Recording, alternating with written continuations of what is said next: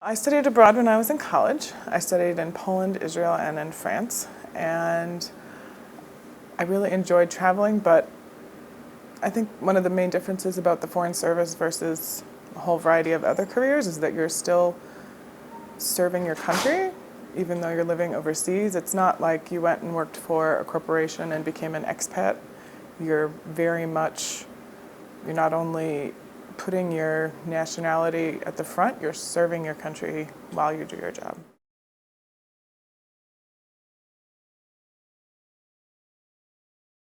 Well, I've been in for almost 10 years, so there were a lot of people who joined after 9/11. A lot of people wanted to serve in some way and thought that this would be a great way to do it.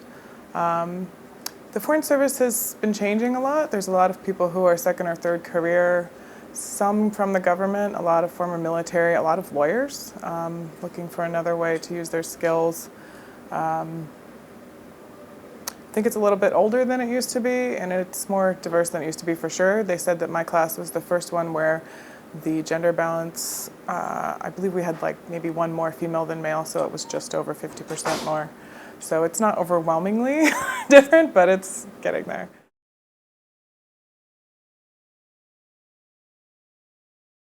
I think some of the drawbacks and sacrifices are those you can't really imagine before you're in the Foreign Service.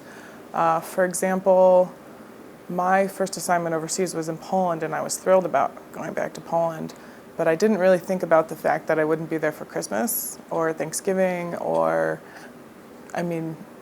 innumerous birthdays and even funerals.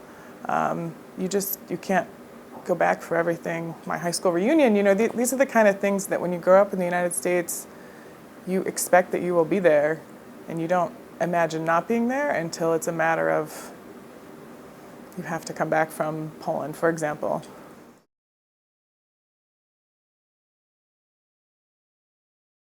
Absolutely. I have two small children and a husband. I have a mother who has health problems, so I've sort of run the gamut of the family issues unique to the Foreign Service. My first child was born halfway through a tour in the Republic of Georgia. I served in Georgia just after the war with Russia in 2008, so 2009 to 2011. So I came back from Georgia to have a baby and then brought my 8-week-old baby back to Georgia. Things were looking up, but we weren't sure exactly what would happen. All the families at Post had been evacuated less than a year before. So that's certainly something that doesn't happen in most jobs. Having continuity, in sort of less stark terms, continuity of a career for your spouse. The type of people who seek out the Foreign Service have spouses who are also professionals and educated. What happens when one of your parents gets sick and someone needs to take care of them? I've been lucky in that I've had a lot of support from colleagues, especially dealing with all of these different things. I'm not from Washington, so when I came back to have my son, for example, you depend a lot on your friends and even your friends who you meet at Post. A friend of mine watched my dog for 3 months when I came back to have my baby. It's things that you cannot possibly imagine before you're living it, and you find a way to deal with it, just like you do in any part of life. But it certainly poses unique challenges.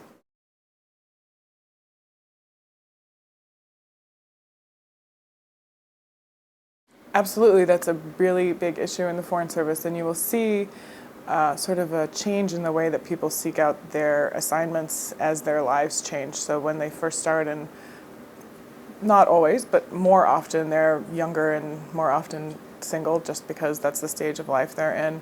And then as they get married, as they have children, as perhaps they have other family responsibilities at home, school becomes a very, very big issue.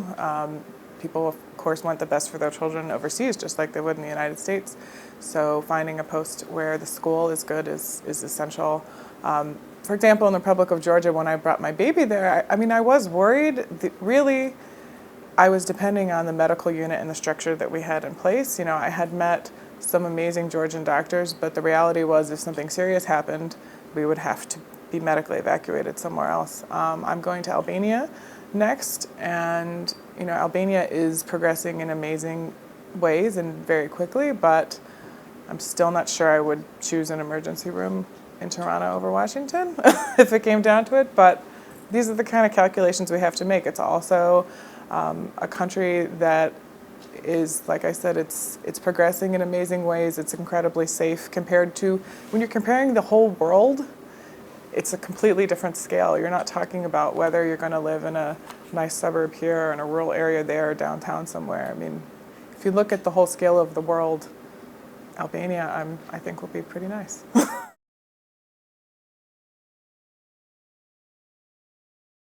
Well, I don't think that you can replace continuity. This is a very unique job, and you cannot teach someone in a classroom or in training everything you're going to need to know to be effective in the long term. The kind of challenges you're going to face, you will be best served having had some kind of experience that prepared you for that moment. You still will not be prepared for a whole variety of moments that you're going to face.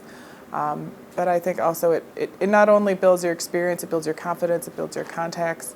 You can't replace that with anything but experience.